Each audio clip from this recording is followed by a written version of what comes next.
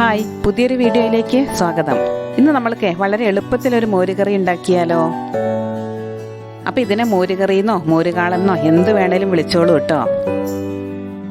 മോരുകറി ഉണ്ടാക്കാനേ ഞാൻ ആദ്യം തന്നെ എടുത്തിരിക്കുന്നത് ഒരു കഷ്ണം കുമ്പളാണേ. ഇത് കുറച്ച് മൂത്ത കുമ്പളങ്ങയാണ് കേട്ടോ. ആദ്യം തന്നെ കുമ്പളങ്ങയുടെ തൊലിയും ഉള്ളിലെ ഭാഗങ്ങളൊക്കെ ചെത്തിക്കളഞ്ഞ് വൃത്തിയായിട്ടൊന്ന് കഴുകിയെടുക്കാം.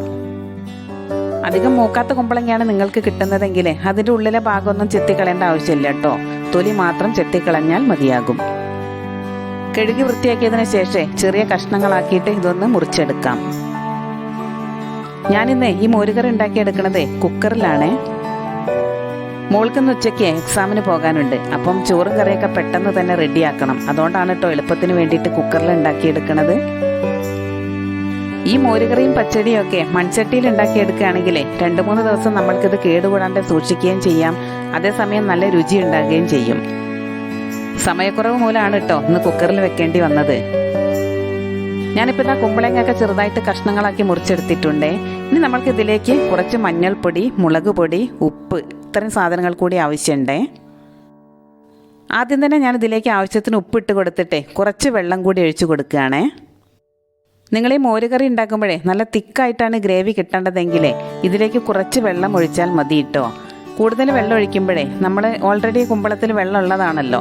അപ്പോൾ അത് വെന്ത് വരുന്ന സമയത്ത് വെള്ളം കൂടാൻ സാധ്യതയുണ്ട്. അതുകൊണ്ട് തന്നെ കുറച്ച് വെള്ളം ഒഴിച്ചിട്ട് ഇതൊന്ന് വേവിച്ചെടുക്കാം. പിന്നെ ഞാൻ ആവശ്യത്തിന് മുളക് പൊടിയും മഞ്ഞൾപ്പൊടിയും കൂടി ഇതിലേക്ക് ചേർത്ത് കൊടുക്കുന്നുണ്ട്. ഇനി കുക്കർ അടച്ചു വെച്ചിട്ട് ഒരു വിസിൽ വരുന്നത് വരെ വെയിറ്റ് ചെയ്യാം. അപ്പോഴേക്കും നമ്മൾക്ക് ഇതിലേക്ക് ആവശ്യമുള്ള അരപ്പ് തയ്യാറാക്കിയെടുക്കാം. ഞാനിവിടെ ഒരു മുറി തേങ്ങയാണ് കേട്ടോ എടുത്തിരിക്കുന്നത്. പിന്നെ എരിവിനാവശ്യമായ ഒരു പച്ചമുളകും കൂടി എടുത്തിട്ടുണ്ട്. ഞാനിപ്പോൾ ഇതിലേക്ക് ഒരു മുറി തേങ്ങ മുഴുവനായിട്ടും എടുത്തിട്ടില്ല കേട്ടോ. ചിരകി വെച്ച തേങ്ങ ഞാൻ മിക്സിയുടെ ജാറിലേക്ക് ഇട്ട് കൊടുക്കുകയാണ്.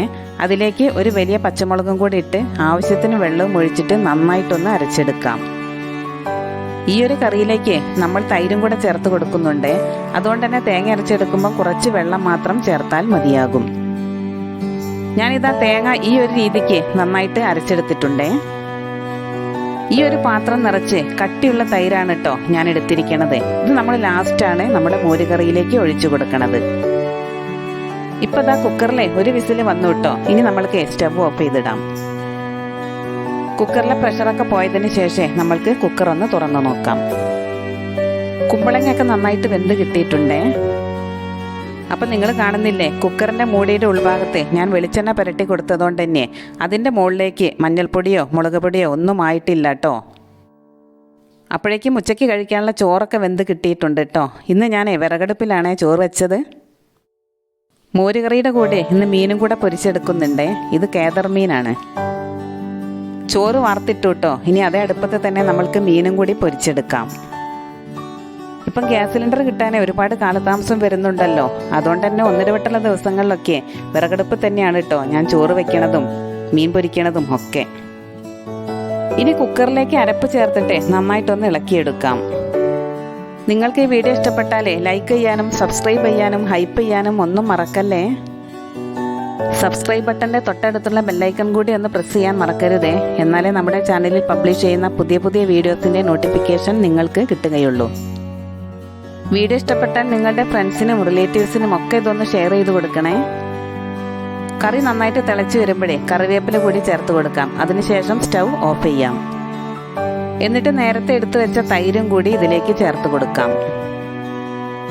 തൈര് ചേർത്തതിന് ശേഷം വീണ്ടും തിളപ്പിക്കേണ്ട ആവശ്യമില്ല കേട്ടോ. ഇനി ഒന്നുകൂടി നന്നായിട്ടൊന്ന് ഇളക്കിയെടുക്കാം. ലാസ്റ്റ് കറിയിലേക്ക് കുറച്ച് കടുകും ഉണക്കമുളകും കൂടി താളിച്ചെടുക്കാം. ഈ ഒരു സമയത്ത് വേണമെങ്കിൽ കുറച്ച് ഉലുവ കൂടി ഇതിലേക്ക് ചേർത്ത് കൊടുക്കാം. ഇവിടെ കുട്ടികൾക്ക് അതിൻ്റെ ചുവ ഇഷ്ടമില്ലാത്തതുകൊണ്ട് ഞാനത് ചേർത്ത് കൊടുക്കണില്ല. ഞാനിവിടെ വീട്ടിലെ ഈ ഒരു രീതിയിലാണ് കേട്ടോ മോരുകറി അല്ലെങ്കിൽ മോരുകാളൻ ഉണ്ടാക്കുന്നത്. കുമ്പളങ്ങയ്ക്ക് പകരം വെള്ളരി ഉപയോഗിച്ചിട്ടും മോരുകറി ഉണ്ടാക്കുന്നവരുണ്ടേ. വറ്റൽമുളക് ഒന്ന് കളറ് മാറി വരുന്ന സമയത്ത് സ്റ്റവ് ഓഫ് ചെയ്യാം. ഞാൻ കുക്കറിൽ നിന്ന് മോരുകറി ഒരു ചട്ടിയിലേക്ക് മാറ്റിയിട്ടുണ്ട്. ഈ ചട്ടിയിൽ ഒഴിച്ച് വെക്കുമ്പോഴേ ഇത് വൈകുന്നേരമൊക്കെ ആകുമ്പോഴേക്കും ഒന്നുകൂടി കട്ടിയായിട്ട് വരും. നമ്മുടെ എളുപ്പത്തിൽ ഉണ്ടാക്കാൻ പറ്റിയ മോരുകറി ഇതാ ഇവിടെ റെഡി ആയിട്ടുണ്ടേ. ഈ ഒരു മോരുകറിയും ഒരു കഷ്ണം മീൻ പൊരിച്ചതും ഉണ്ടെങ്കിൽ ഒരു പ്ലേറ്റ് നിറയെ ചോറുണ്ണാൻ അത് മാത്രം മതി. വീഡിയോ കണ്ടതിന് ശേഷം നിങ്ങളെല്ലാവരും തീർച്ചയായിട്ടും ഇതൊന്ന് ട്രൈ ചെയ്ത് നോക്കണേ. സൂപ്പർ ടേസ്റ്റാണ്. ഇപ്പോഴേ സമയം 12:30 കേട്ടോ. ഞാൻ മോൾക്ക് ചോറ് കൊടുക്കട്ടെ. നിങ്ങളെല്ലാവരും ചോറ് കഴിച്ചോ?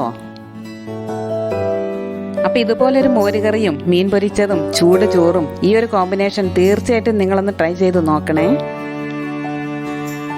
ഇതിൻ്റെ കൂടെ കുറച്ച് മാങ്ങാച്ചാറും കൂടി ഉണ്ടെങ്കിലേ സൂപ്പർ.